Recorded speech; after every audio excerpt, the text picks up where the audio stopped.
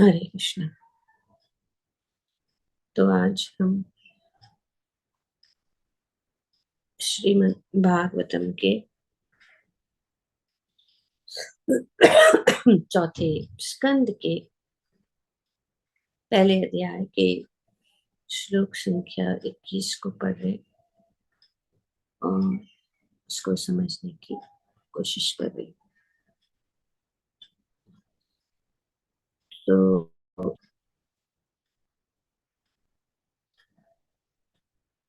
तो हम जानते हैं कि अत्रि मुनि ने बहुत घोर तपस्या की, एक पैर के ऊपर खड़े होकर जगत के ईश्वर पर ध्यान किया और उस तपस्या के कारण प्रभवत्रिय तीनों बड़े देव ब्रह्मा, विष्णु तथा महेश्वर जो है प्रकट हुए। तो यहाँ पे बताया गया कि जब अत्रि मुनि गहन तप साधन कर रहे थे तो उनके प्राणायाम के कारण उनके सिर से एक प्रज्वलित अग्नि उत्पन्न हुई, जिसे तीनों लोकों के तीन प्रमुख देवों ने देखा। श्री प्रभुपाद जी अपने तात्पर्य में बताते हैं कि श्री जीव गोस्वामी के अनुसार प्राणायाम की अग्नि मानसिक दोष है। इसका अर्थ ये है कि ये प्राणायाम करने से मेंटल सेटिस्फैक्शन, प्रभुपाद जी बताते हैं कि अकॉर्डिंग टू जीव Goswami the fire of pranayama is mental satisfaction. और ये तपस्या अत्रि मुनि कर रहे थे भगवान को प्राप्त करने के लिए। भगवान किसके लिए कर रहे थे, कौन बता रहे, क्यों, उनका उद्देश्य क्या था? तपस्या करने का उद्देश्य क्या था? भगवान के समान पुत्र पाना। तो उनको प्रसन्न करने के लिए, ताकि वे प्रसन्न हो और भगवान के समान। अब बात ये हुई कि उनकी तपस्या से तीनों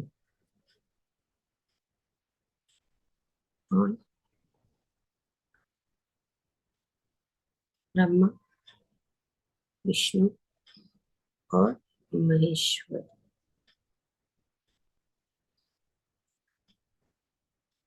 तो उनकी तपस्या से उन अग्नि को परमात्मा विष्णु ने देखा और उन्हीं के माध्यम से ब्रह्मा तथा शिव ने भी देखा कि प्राणायाम, जैसे हम जानते हैं ब्रह्मा, विष्णु और महेश, या ब्रह्मा विष्णु शिव, जो वे तीनों कौन से अवतार हैं? गुण अवतार माता गुण, जी, वेरी गुड। पर इन सब के स्रोत यहाँ पे कौन है? पापा जी बताते हैं कि विष्णु, विष्णु स्रोत है। तो प्राणायाम तो अब अत्रि मुनि कौन से प्रकार का योग का पालन कर रहे हैं? वो अष्टांग योग। तो यहाँ पे इसीलिए प्राणायाम, अष्टांग योग की विधि, यम, नियम, आसन और प्राणायाम।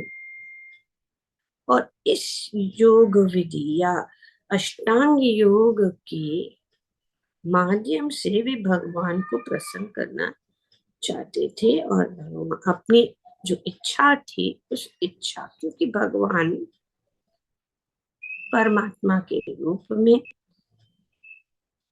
हृदय में स्थित है।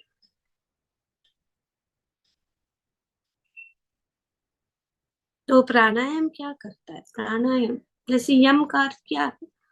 यम मतलब क्या?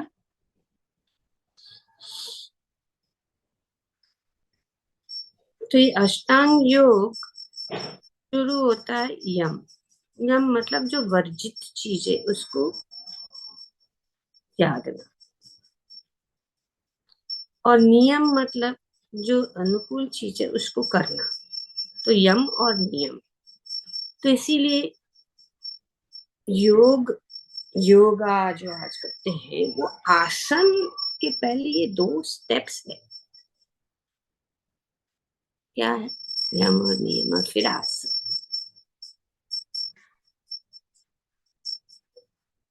तो आसन करने से आगे वो आसन हमें तैयार करता है। यम नियम का पालन करने से, आसन से हमारा मन, हमारी इंद्रियां जो है वश में हो जाती है। अभी तो हेल्थ के लिए योगा करते, आसन करते, पर एक्चुअली ऐसा नहीं है। और ये तपस्या है। तपस्या का यहाँ पे मार्ग बताया गया है। यम नियम आसन और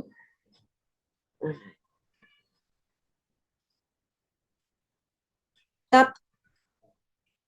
तप मतलब तपना, पीड़ा। पीड़ा है तपस्या।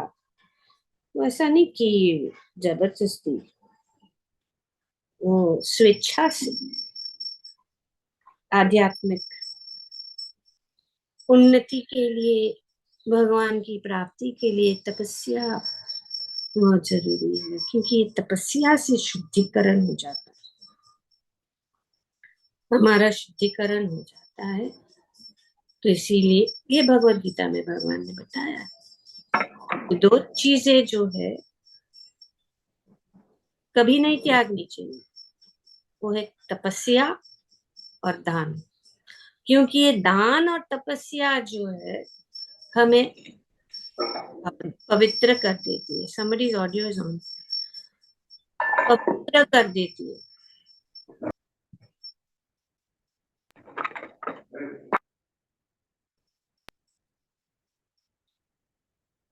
क्या करती है? पवित्र कर। तपस्या से हम हमारे शरीर में, और यहाँ देख रहे हैं कि प्राणायाम के कारण उनके शरीर से एक प्रज्वलित अग्नि, क्योंकि वो ताप, वो अग्नि, क्योंकि शरीर के अंदर सब कुछ जो है पंच महाभूत से बनाया हुआ है, तो सब कुछ शरीर के अंदर है और विशुद्ध कर देती है। तपस्या शुद्ध कर देती है, भगवान प्रसन्न हो जाते।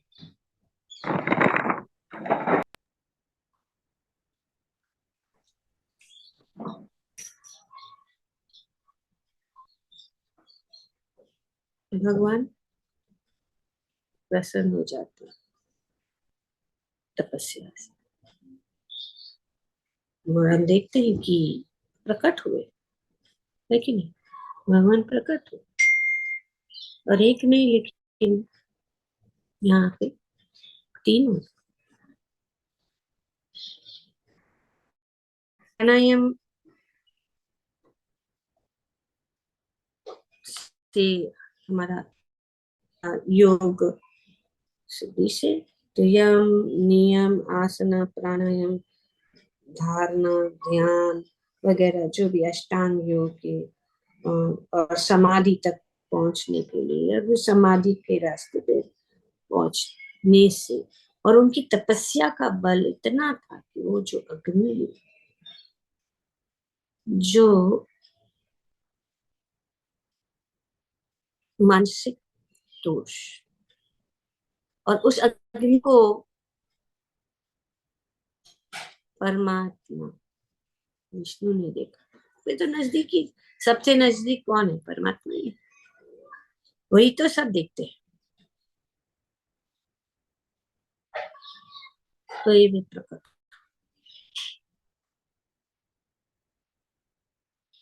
अत्रि मुनि ने अपने प्राणायाम द्वारा परमात्मा अर्थात जगत के स्वामी पर अपना ध्यान केंद्रित किया।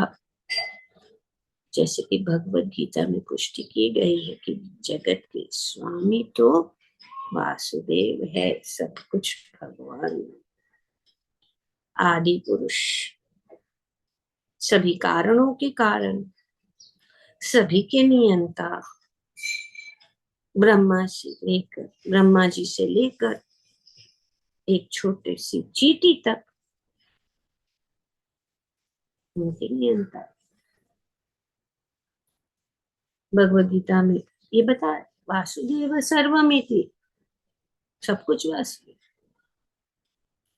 और उन्हीं के आदेश पर ब्रह्मा तथा शिव कार्य करते हैं। अभी यहाँ पे कोई कहेगा कि तीनों है तो तीनों बराबर है, और ये कंफ्यूजन होता है। श्रेष्ठ कौन है ये जानने के लिए जानना बहुत जरूरी है। और ऐसे ही नहीं बताया गया कि वासुदेव सर्वमिति, और यहाँ पे ऐसे ही नहीं बताया गया कि वासुदेव के आदेश से ब्रह्मा तथा शिव ने अत्रि मुनि द्वारा किए जाने वाले कठिन तप को देखा और नीचे आने के लिए प्रमुदित हुए। तो कैसे जाने?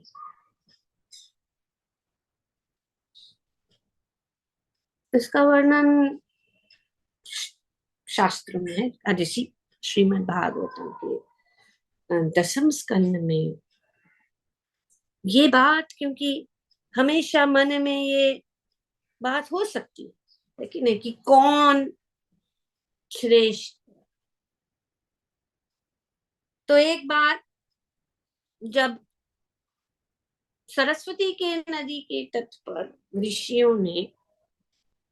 ऋषियों का एक समूह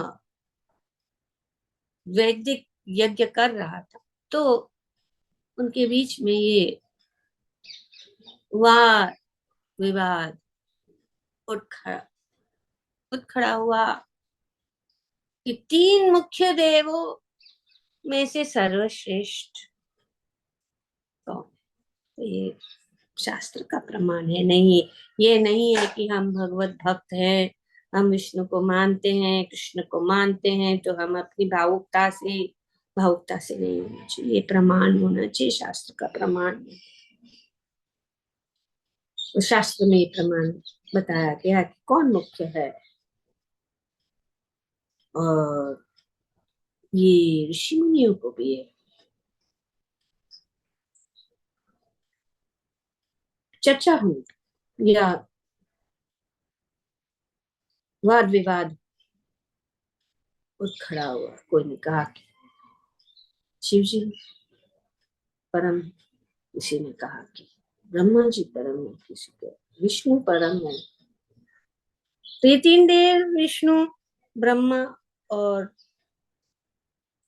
शिव जी के बीच में कौन श्रेष्ठ है, ये जानने के लिए उन्होंने क्या करे, इसका हल इस जवाब का, ये निर्णय कैसे पहुंचे? तो इस प्रश्न का हल ढूंढने के इच्छुक ऋषियों ने ब्रह्मा के पुत्र भृगु को उत्तर खोजने के लिए भेजा। तो भृगु मुनि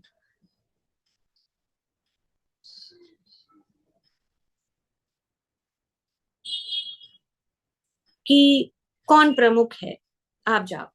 भृगु मुनि को कहा कि आप जाओ।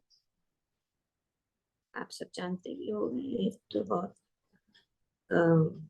प्रसिद्ध कथा है, पर शास्त्रों के अनुसार, प्रमाण के अनुसार जानते। श्रीमद् भागवत का वर्णन है, श्री सुखदेव गोस्वामी बताते हैं। तो भृगु मुनि को चुना, ब्रह्मपुत्र है, तो वे कहाँ गए?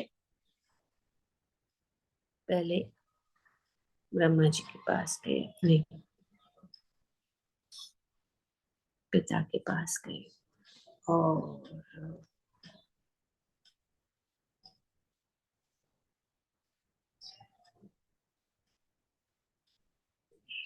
वो भृगु मुनि ने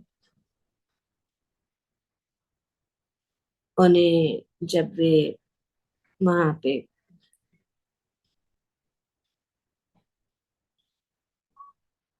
उनकी समझ आ गई, तो भृगु मुनि ने न तो उन्हें प्रणाम किया और न ही स्तुतियों द्वारा उनका महिमा गान किया, और वे अपने ही भाव व्यस्त। तो जब उन्होंने देखा ब्रह्मा जी ने कि ये मेरा पुत्र जो है वो मुझे प्रणाम नहीं कर रहा है, ना स्तुति कर रहा है, तो वे क्या हो गए? क्रोध हो गए, क्रोधित हो गए, क्रोधित। और उनके हृदय में क्रोध आ गया, किंतु ब्रह्मा जी ने अपनी बुद्धि के प्रयोग से उसे वैसे ही दबा दिया जिस तरह अग्नि अपने ही उत्पाद जल से बुझा देती है। तो ये अग्नि को बुझाने के लिए, बुझा किससे बुझ सकती है? जल से। तो क्योंकि वे आदि कवि है, भगवान के भक्त है, उन्होंने, उनमें क्रोध आया, और उन्होंने अपने क्रोध को क्या किया? उन्होंने उनको कंट्रोल किया। तब उन्होंने, भृगु मुनि ने सोचा कि क्रोध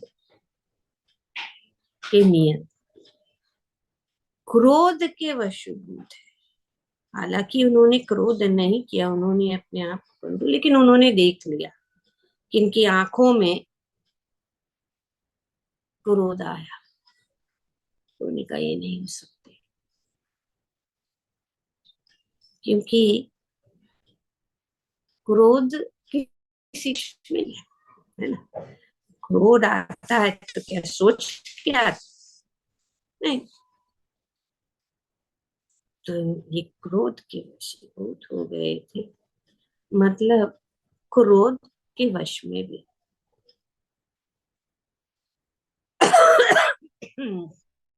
में भृगु में मुनि कैलाश पर्वत, वहां पर शिव जी, उनको देख शिव जी उठकर खड़े हो गए, अपने भाई को आलिंगन करने के लिए गए। तो नहीं नहीं नहीं, दूर दूर, नजदीक मत, तुम बहुत गंदे हो, तुम्हारे शरीर पे ये सब जो शमशान की जो ये जो राख है, ये सब लगी मुझे नहीं चाहिए, वो में मुझे नहीं अलग आलिंगन करना। शिव जी तो आशुतोष है, बहुत जल्दी प्रसन्न भी हो जाते हैं और बहुत जल्दी क्रोधित भी हो जाते हैं। उन्होंने त्रिशूल निकाला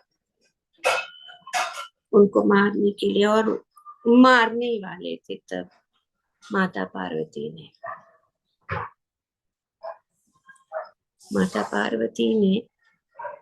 उनको रोक दिया। तो सुंदर बात यहाँ पे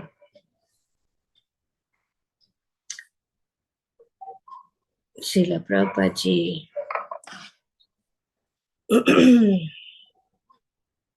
बताते हैं कि माता पार्वती के संग में रहने के लिए,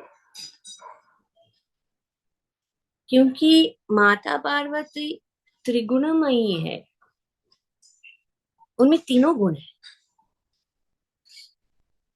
तो उनमें सतगुण भी है। तो सतगुण के प्रभाव से उन्होंने शिव जी के अंदर शांत करने का ये सतगुण को उन्होंने जो है प्रकट किया और शिव जी शांत। तर अब अभी तो यही है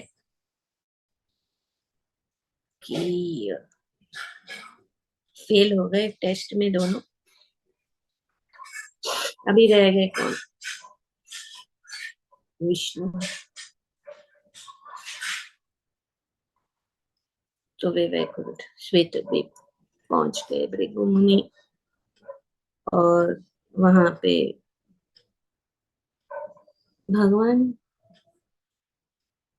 श्री विष्णु फिर लेटे हुए थे। और कैसे लेटे थे? लक्ष्मी जी की गोद, लैप, श्री की गोद। और उसी समय जब वे माता लक्ष्मी जी के इस प्रकार से अपना सिर जो है उनके ऐसे गोद में रखा था, तो वहां आके सीधे भृगु मुनि ने भगवान की छाती के ऊपर लात मार दी। तुरंत भगवान उठ गए, तुरंत भगवान उठ गए,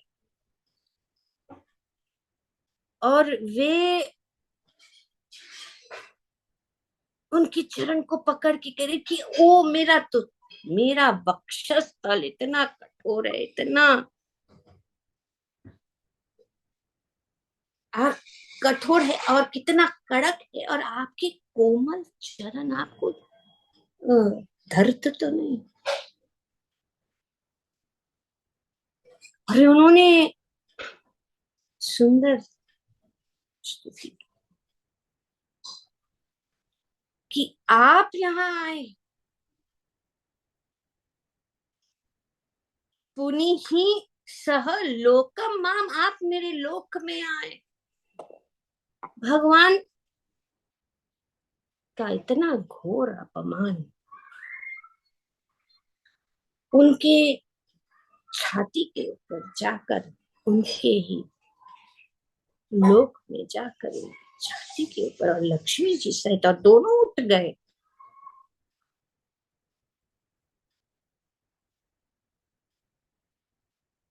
और भगवान इस प्रकार से बहुत सुंदर स्तुति करते।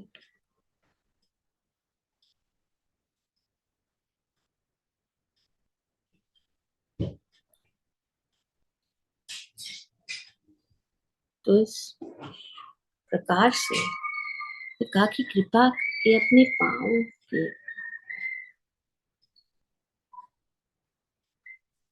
के प्रक्षालित जल को मुझे देकर मुझे मेरा धाम तथा मेरे लोक पालक भक्तों के राज्य को पवित्र कीजिए।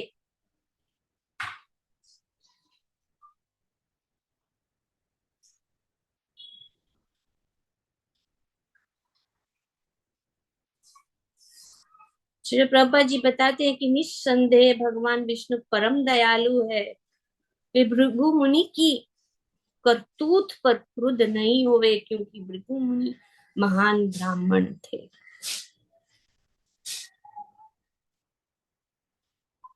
और ये कहा गया कि कभी कभी अपराध करने पर भी ब्राह्मणों को क्षमा कर देना चाहिए, और भगवान विष्णु ने यही दृष्टांत प्रस्तुत किया। भगवान के हर एक कार्य में वे एक दृष्टांत प्रस्तुत करते हैं, वे हमें शिक्षण प्रदान करते हैं। वे परम है, वे परम दयालु है।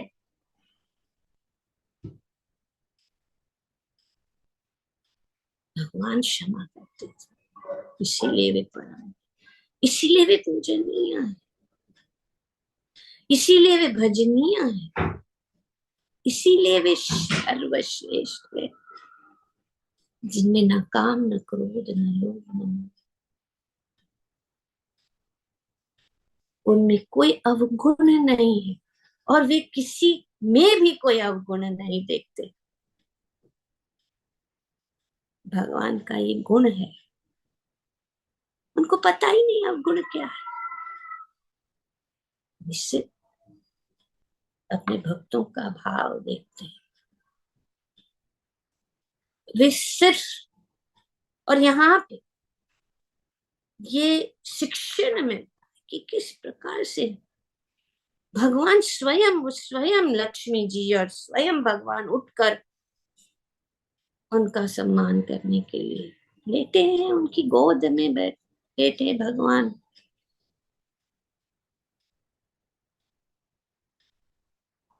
पर फिर भी कहा जाता है इस घटना से लक्ष्मी देवी ब्राह्मणों के प्रति अधिक अनुकूल नहीं रही। लक्ष्मी जी को बुरा लगा। लक्ष्मी जी, भगवान भले दयालु है, लेकिन उनके भक्त जो है, उन्होंने मेरी, जहां मैं श्रीनिवास, भगवान जहां पे लक्ष्मी जी का निवास है, उस स्थान में आकर, उनके घर में जाकर उनके वक्षस्थल पर लात मारना लक्ष्मी जी को सहन नहीं, इसलिए वे अधिक अनुकूल नहीं होती है ब्राह्मण। और चूंकि लक्ष्मी जी ब्राह्मणों को वर नहीं देती, इसलिए वे सामान्यतः अत्यंत निर्धन होते हैं, ब्राह्मण गरीब उस दिन से। पर भगवान ये भगवान किस प्रकार से कार्य करते, लक्ष्मी जी को भी नहीं समझ में। कितने दयालु है, कह रहे कि आपने मेरा धाम को पवित्र कर दिया, और निस्संदेह यही पवित्र जल तीर्थ स्थानों को पवित्र बनाता है। हे प्रभु, आज मैं लक्ष्मी का एकमात्र आश्रय बन गया हूं, क्योंकि आपने वहां पे आपने आपके चरण है वहां, जो लक्ष्मी का स्थान,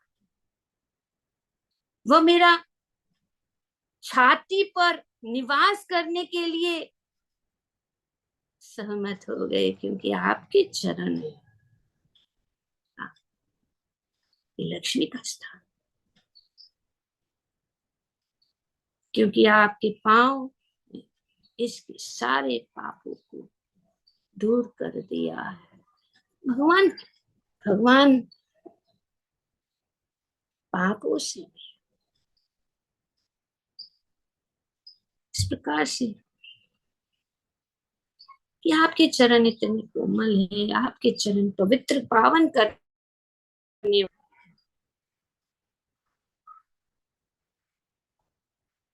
तो इस प्रकार से भगवान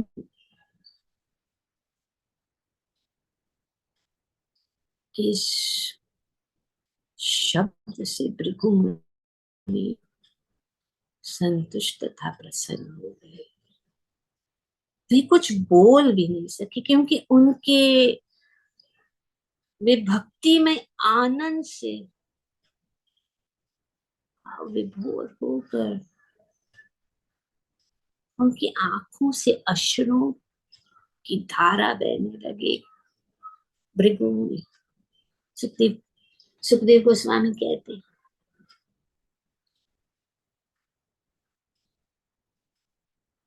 काशी वे वापस गए और वहां इकट्ठा जितने भी ऋषि मुनि थे उनको इस घटना को बताए और तब ये निश्चित हो गया कि वासुदेव सर्वमिति, वासुदेव ही सब कुछ है, वासुदेव परम है और उनकी पूजा करनी चाहिए, क्योंकि सभी जो है उनके अंश है, उनके आदेश के अनुसार है। तो ये आज इस श्लोक से हम ये शिक्षण जानना चाहिए कि हालांकि भी तीनों है, लेकिन तीनों में से श्रेष्ठ